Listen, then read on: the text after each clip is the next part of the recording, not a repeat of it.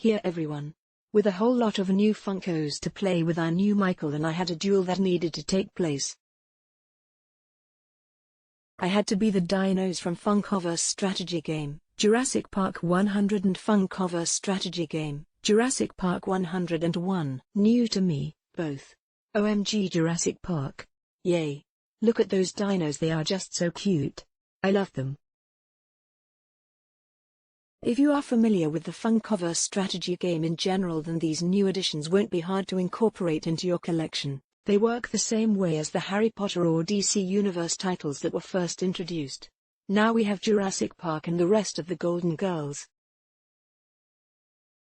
You can mix and match the characters you want to use. Since Michael is also interested in Jurassic Park, we just stuck to the theme of Jurassic Park.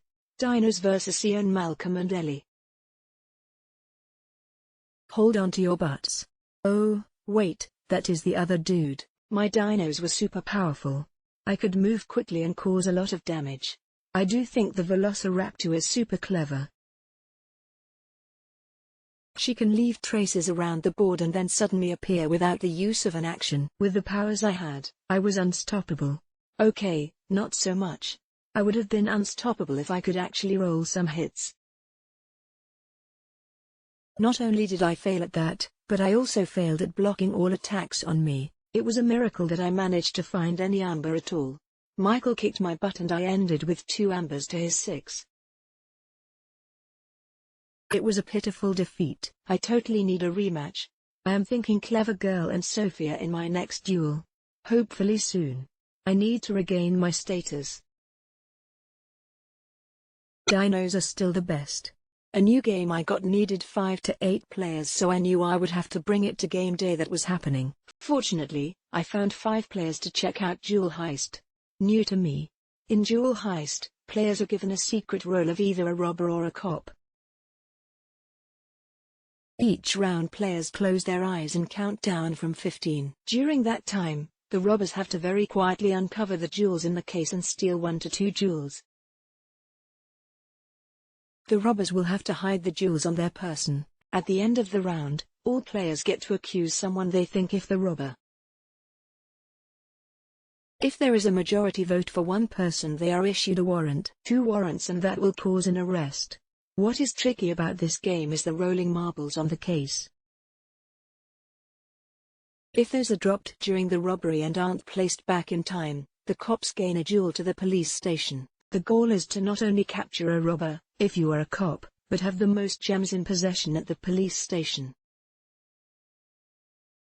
Of course, the robbers want to get away with the most jewels in order to win the game. We ended up playing 2 games since it was so quick. The first game, George and Buck were the robbers and did not do a good job concealing themselves so well. Balls were rolling all over the place and they were noisy. We, the cops, were on them like dogs. They only made it out with 3 jewels, I believe. Cops for the win.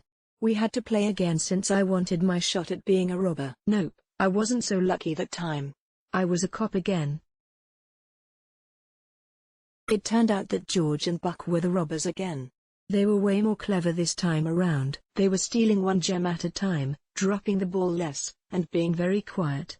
They would communicate who they were going to vote for too. Michael and I knew it wasn't us since I could tell he wasn't making any noise at all. It had to be the other side of the table. Oh man, they had us that time. Cops for the lose. I have to say, I am generally not a big social deduction fan, but when you add in a dexterity mechanic, it really can be a lot of fun. I love that it is like a 10-minute game too. This is definitely a keeper for me. I had a great time. It has been hard to find players in the past for a game of Detective Club, but today was my lucky day. Detective Club is a game I got to demo a while back and enjoyed it. I was excited to finally play through the full game. We had 5 players and all of the players were willing to download the app and use that instead of the pads of paper that are included in the box. The app is amazing. We all agreed it was worth the download in order to play this game. The app manages who the presenter is, and who will randomly be the conspirator. Each turn, The presenter will select a card and then a word that goes with the card.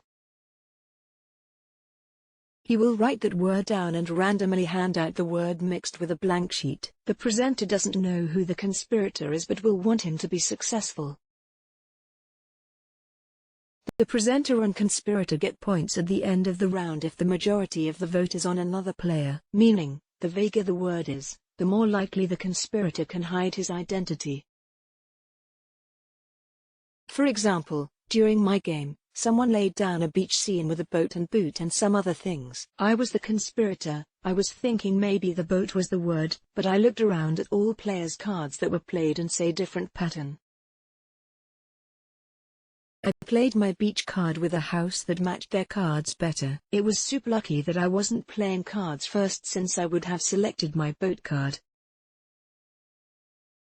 In the end, everyone thought I was legit, and voted on another player. We totally got all the points for the round. I was a successful conspirator. You play through a few rounds so everyone gets to be the presenter a couple of times. I think it works pretty well. I talk a lot in this game, and I think it is to my benefit. I knock down the cards people play so it makes me look innocent, maybe. Sometimes you just don't have the cards you need and have to make the best of a bad situation. I got called out a bunch since my cards just wouldn't line up. We had fun playing this one. I had more fun since I kicked some serious butt. I am a pro, it seems. I ended up with 24 points. Love the production, love the Dixit-like cards. I think it is a clever game. I will be happy to play this one again in the future. People were standing around so I pulled out Gravity Warfare. I played long ago in prototype form, and it has since gone to Ks and been published. The rules were easy to follow, but probably more going on than I would want for my typical dexterity game. It was fine though. Buck and I just wanted to start this game, but more people were joining and we had to revisit the rules a whole bunch. With 5 players we made it once around the table before everything fell off the platform and round 1 was complete. In rounds 2 and 3 we did fairly better, but not by much. I was super losing since I managed to end the first round by knocking everything over. It was rough. Michael won the game with 9 points. It's cute, but not my favorite game. I will keep it around to play every so often. It is definitely more fun when the platform is spinning. I think that should be an automatic rule. You must spin the platform. I will play again for sure. I have had a racing game on the shelf a long while and I figured a good time to play it would be with a bunch of people at game day. We had a 6-player game of Rush and Bash. New to me. I am generally not a fan of race games, but this was compared to Mario Kart so I had to at least give it a shot. Each turn you will play a card from your hand and activate the power and then move the number of spaces on the card. It is very much like Mario Kart. You will be firing missiles at other players and boulders in your lane. You will leave bombs behind. It is really only missing banana peels. It was a cute game. It has a pretty great catch-up mechanic. Daniel was behind for most of the game but rounded the corner at the end and finished in 3rd. It was really impressive, actually. I did manage to come in 4th though. We all thought Michael had the win in the bag. He just had so many attacks at the end and George came out of nowhere and took over. It was definitely a black horse win. Congrats to George. Cool game, but really, I am not a fan of the genre. I am happy to have tried it. I would say it is perfect for the Mario Kart theme and those who enjoy a bit of Take That. It definitely can be brutal at times, but it is light-hearted. We had some time to kill before the other tables were finishing up so we decided to play Ripple Rush. I figured there would be some downtime during the game day and this is a perfect filler. This game we had a full 5-player count so all of the cards were in use. Such a different dynamic than 2 players. People were busting all of the time. I figured the scores would be higher because of it. What I didn't figure was James having a perfect game. He filled his board completely with turns to spare. It was quite an impressive feat. I was dead last. Apparently I am terrible at this game.